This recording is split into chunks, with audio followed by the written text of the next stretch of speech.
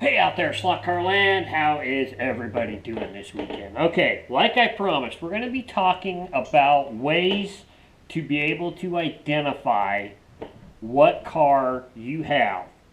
Now, I have found a couple of good place to go other than the Slot Car Crazy group page on Facebook, because I don't have everything pictured there. But I did find a place that we do have listed at slotcarcrazy.com that has a really good encyclopedia way of figuring out what car you have after we go through and you kind of look at it and you identify it and go from what we're going to show you today, that you can go and find out, okay, exactly what car you absolutely have. And I'll let you know what that site is here in a little bit.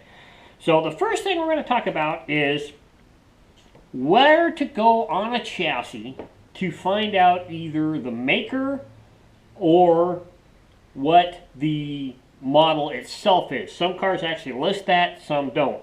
The two major places to find out whether who's either made it or what the model is to look at either the bottom of the chassis or the sides of the chassis, either side, right or left. They could be on either one, to figure out what you have. Now, there is some cars that you cannot identify. They do not have anything on them. And what I'm talking about is the original, either the original vibrator, because they're metal chassis. There is no indicator on it what it is. And the original T-jet does not state on it anywhere where it is, who makes it. So you're going to kind of have to know what that is. But there is ways to root out what it might not be. So if you have a car that looks like a T-jet, but it has a plate on it, and I should have grabbed one of my Whiz-Jets, but I didn't. So the Whiz-Jet chassis will have a little like thunderbolt symbol on the motor plate itself. So that would be, and it's a darker black, kind of like this one is here. This is actually a T-dash chassis motor plate, and it says right on there T-dash. All their T-jet chassis say T-dash on it, whether it's the regular dash or the monogrip chassis. So that would be, you'd be able to identify, okay, well, it's not a T-jet, it's a T-dash chassis. Of course, there will be several others out there, but the one that closestly looks like a T-jet is one that says Model Motoring Inc. on it, and that's what this one is. This is from, hopefully you guys can see that through the GoPro, but it says Model Motoring Inc. on it. Model Motoring was an early 2000s company that was making T-jet chassis that performed. You can run a Model Motoring chassis and an old stock T-jet chassis together, and their performance was almost exactly the same. I think they went out of business roughly 2004, 2005, maybe 2006. So that would probably be the closest thing to identify to see what you got. If you have a Model Motoring chassis, you've got a pretty good car. They're really good cars, but it's not a T-jet. T-jets have one of three motor plates on them. They'll have one that states, and I think this is the earliest one, there'll be an indicator of the mold it came out of, and then it'll either say patent applied, like this one does, or it'll have a number and it'll have U.S. patent and the patent number actually on it. Or it'll be the same thing, but it'll be raised on a square little piece. More than likely, it was done off of these, and they just made a little raised thing to change that. The first number on there is the mold number. That's the number of the mold that was used to make the chassis, the motor plate itself. The other one is the actual U.S. patent number that Aurora applied for back in the day. So that's how you would identify what you have. There's a couple others. Of course, you have these two, which are a more grayish motor plate. Oh wait, that's the model motoring one. So it'd be this one and this one, which these, of course, are the original Thunderjet 500s from, not Praying Mantis, but, I can't, no, it is playing, not Praying Mantis, but Playing Mantis, which is the original company that brought back the Thunderjet 500s. This number plate is actually from 2002, so the early 2000s, before it switched over to this one, which is the current Auto World, and will actually have the Auto World symbol on the motor plate. They're basically the same cars. The same guy owns the same company. It really didn't change hands. They just changed names back in the day. So that's how you tell from your T-jet cars. Of course, you also have your TFX car, which actually says TFX right there on the motor plate, so you don't have to worry about that. You know what that is. So that's kind of how you ID your chassis. Now, there is a few that you do not have. I don't think the Tyco S chassis, I don't have one. I don't know anybody with one that would be able to figure out what it is. And you don't really see a whole lot of them, so I don't think you're going to run into that problem. All other Tyco cars actually do say Tyco on the bottom of them. Okay, so like I was saying, your Tyco S chassis, I don't have one, and I don't know anybody with one to see where the marking is on that. It may have a marking on the bottom of it, it may not, I'm not entirely sure. Your next cars would be your Tyco Pros. They all say Tyco Pro on the bottom of them. The first gens with the wipers will have a black base with it actually printed in white on the bottom. I'm not sure if that's stamped and just painted, or whether it's just painted. I don't have one to verify that. The next gen brass ones with the wipers and the buttons are all pressed into the chassis, and it says, will actually state Tyco Pro on the bottom of them.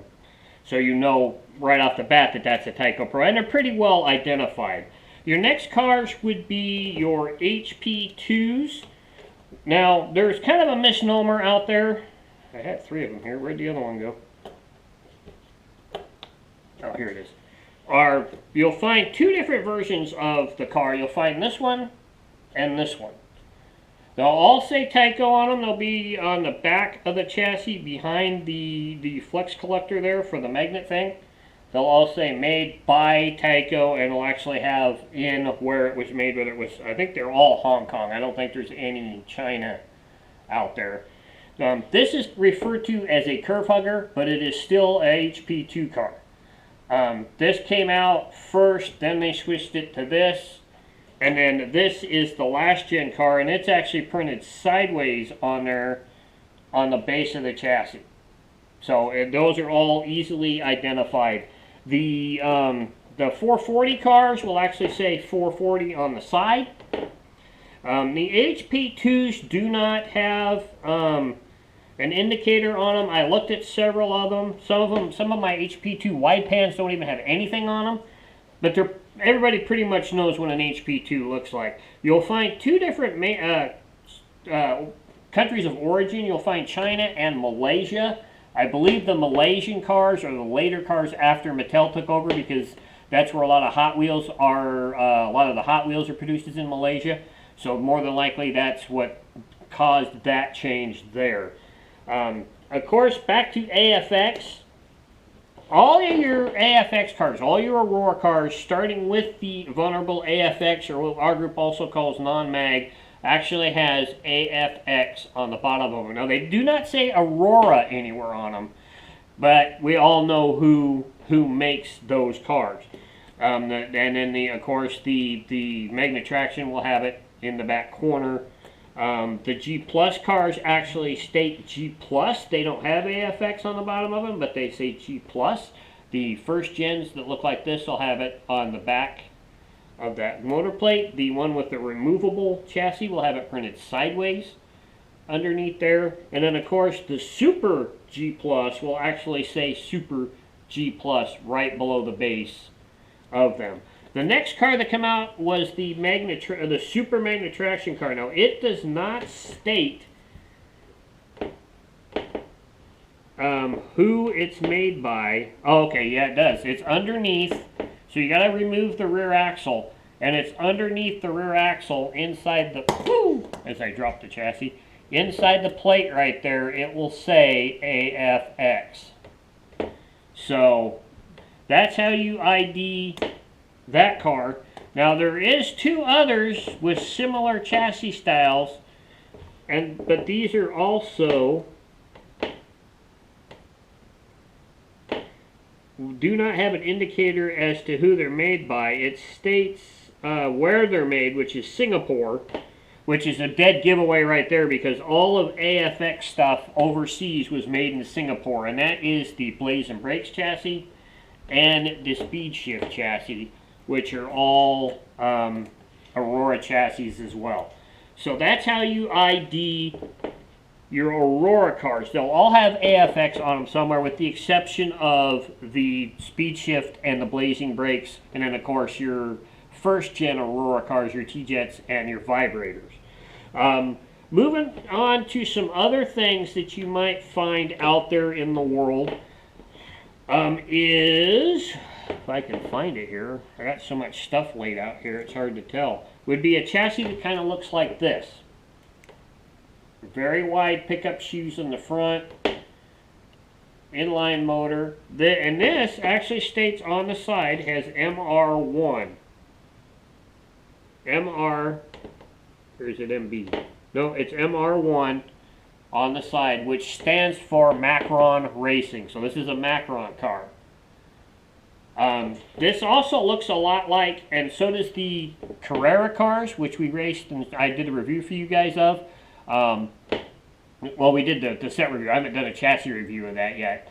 Look a lot like the Matchbox cars, and I'm not sure what they have on them on their chassis stamped wise. I don't have any of those, so that's something, and hopefully it states on their Matchbox or something somewhere so you guys can figure that out on your own. I'm not quite sure on that one. There is some interesting things that I found when we get into the AFX when Tomy took over. You may find in packages, you may find Magna Traction cars in packages that will state both Aurora and Tomy on the outside of the packaging and actually say Magna Traction on them. Those are, I'm not sure if those were made by Tomy with the molds or whether that was leftover stock from the purchase and then they just repackaged them and sold them. There's also an S1000 chassis out there, and I think that's also a Tomy redone after the purchase. That is essentially a Super Magna Traction car.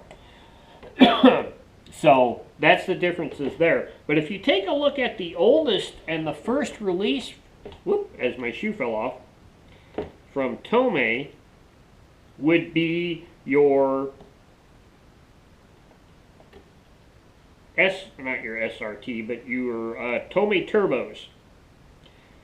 Now the Tomy Turbos have the indicator on the side and it'll be stamped both Aurora and Tomy. I'm not sure why the Aurora is still on the chassis, unless they're still within the time frame of the purchase from Aurora that has to be on there.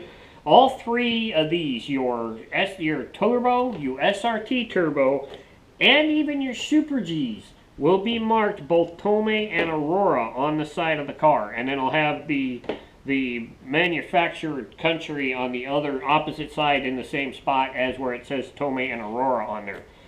So I'm not sure why that's there, but we all know that these are still Tomy cars. These aren't AFXs, these aren't Auroras, they're still Tomy cars. It's just listing both on there for some reason, probably within the purchase of the name and rights and all that kind of stuff, because they're still using the AFX moniker. Now, I got to looking at some of my Mega Gs. As you guys know, this is my short wheelbase and a long wheelbase Mega G.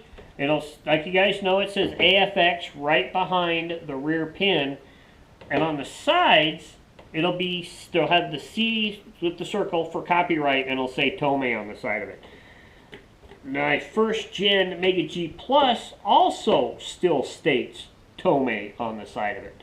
The interesting thing I noticed is that my last car I bought, which this is off of my Mark IV car, it no longer says Tomy on the side of it. It actually says Race Masters Inc. Not sure when that change happened. Not sure. Everything I looked on the internet doesn't tell me if it was a purchase, if it was a rights thing, because this is from, what year was this from? My Mega G Plus, my Porsches that I bought, and I can't remember when I bought these. I don't know if it has a copyright year on the bottom of this anywhere.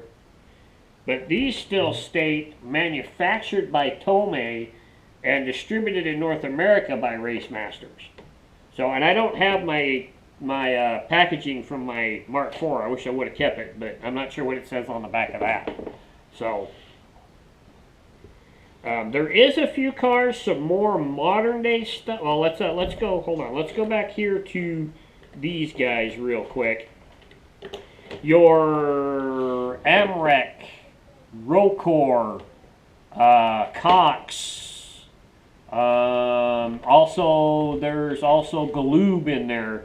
This is your Life-Like, Rocor, like all those other names, family cars. This chassis right here you'll find with various names on it. This is the MR1 chassis. This is actually an Amrec car, but I have seen photos of it with it stated Galoob on the bottom of it. You also may find of these with Cox on the bottom of it, which would be the first gen of this car, but they're all within the Amrec Rocor family of cars. So there's various names on the bottom of this. Amrec, I'm not sure if, and I do believe there may be one of these with Amrec on the bottom of it, because Amrec took over, and they are also the maker of the first guys that put out the M chassis, which this is which we all would know as a Life-Like car, but this will actually say M car and have Rocor stamped on the bottom of it. So if you have one of these, this is a first gen M chassis. The later ones, of course, will have Life-Like, and it will not say M car on the bottom of it. It'll just be stamped Life-Like. The T chassis, the name of the car is actually on the side. It'll say Life-Like. There is one of these. So there is maybe another one of these, because there is another company in between Rocor and Life-Like known as Darda, and the only one I've ever seen is at Stan's house, and it's still in the package, and you can't see the bottom of the chassis, so I'm not sure if it's stamped Darda or Rocor, so that might be something you might have to watch out for as well. I think that would cover all the Life-Like cars. Some of the newer stuff out there that you might find, the names that would identify who makes them would all be stamped on the back end of the car, with the exception of this one. This is the Hardin Creek Super 7. It actually has Super 7 molded into the side of it, so it's kind of easy to tell. That would be from Hardin Creek. This is a Bulldog. It'll have BDR stamped into the back of the car. So that's a Bulldog Racing chassis. And then if you have one that has this on the back of it with various different body mountings, whether it's a clip or whether it has the mounts on the side of it or whatever, is a Viper chassis. So that's just some of the indications of what you may have or what you may find out there when you come across the slot car and you're trying to figure out what brand it is. One that I forgot to mention, all of the Jag cars from Jag Hobbies will actually have Jag on the side of them. Like the TR3. The DK4 actually has DK4 written on side of it, so it says Jag and DK4 on it. And I believe all their other chassis also have Jag on the side of the chassis. So that's kind of a way to be able to start identifying what chassis you may have. To find out what model you may have, there is several places you can go. Like I said, there is a place that we have listed at slotcarcrazy.com at the website. Let me get out of here. My phone's being Exit the video, please. There we go. Maybe I should have exited that before I started the video. So if we go to slotcarcrazy.com, and if you're on your phone, if you go to the About page, you can get to slotcarcrazy.com from there, or just type it in and you can get there. And then if you go to links to other sites, you're going to want to click on Model Motorist. So click on that. This is a great website. They've got some really neat stuff. But there is a spot in here where it has an encyclopedia of terms for slot cars, which is really cool. You can identify tracks, track pieces, chassis. They have terms of what certain parts mean or what certain terms mean from slot cars. So if you have a chassis, you know it's a Tyco, just click on T at the top of the page, and it'll also list T-jets in this spot. So not everything is listed via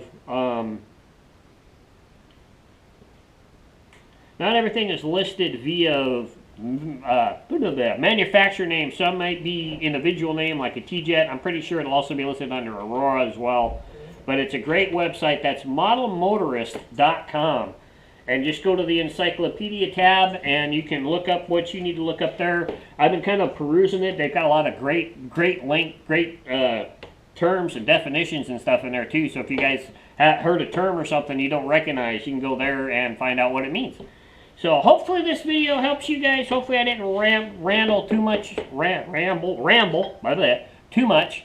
And hopefully we can help you identify what you have, because I kind of see questions on, especially on Facebook, a lot on the group pages of, can somebody tell me what car this is? So that's kind of a way to be able to identify what you have. The older cars, some of the old stuff might not have it on there, like the T-jets and the vibrators. Some of the newer cars, some of the 70s and 80s cars, will either have it on the bottom, the motor plate, or the side. And a lot of the newer cars, today's cars, will have it either on the back or the side of the car, not necessarily the top of the car. So hope you guys have a great week. Next week we will be doing a bi-weekly feature car. You should be on the lookout for that. Don't forget to check out all the shorts on the YouTube channel as well.